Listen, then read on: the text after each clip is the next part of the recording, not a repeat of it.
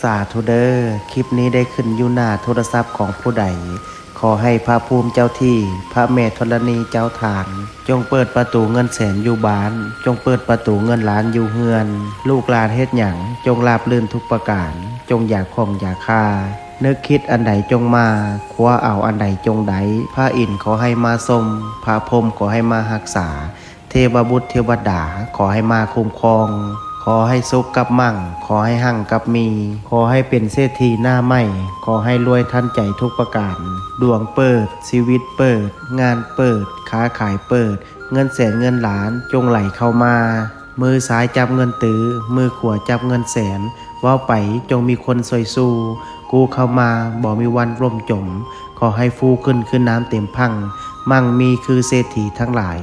นอนไซนอนใจอูอะอูอังนะโมพุทธายะท่านใดที่ได้ร่วมพิมพ์สาธุกดแชร์ออกไปแล้วขอให้สิ่งที่เว้ามาจงเกิดเป็นจริง